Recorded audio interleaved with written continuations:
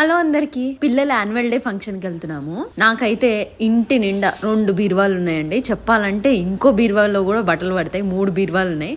అయినా కూడా టయానికి ఏదైనా వేసుకుందామంటే దొరకదు. ఈ ప్రాబ్లం నాకు తెలిసి అందరి గర్ల్స్ కి ఇదే ప్రాబ్లం ఉండొచ్చు.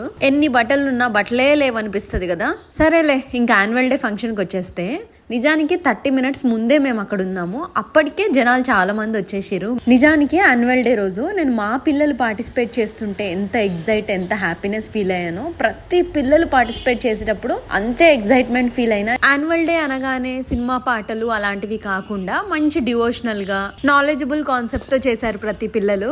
ఇక్కడ శివయ్యని చూసారా, లక్కోడే. నిజానికి లాస్ట్ మినిట్ వరకు నాకు తెలియదు లక్కోడు శివయ్య గెటప్ వేస్తున్నాడని. చూడగానే అండి నాకైతే గూస్ బంప్స్ వచ్చినాయి. లక్కోడి శివయ్య గెటప్ లో లక్కోడిని చూడడం ఇదే ఫస్ట్ టైం. పార్వతీదేవి కూడా ఎంత అందంగా ఉందో.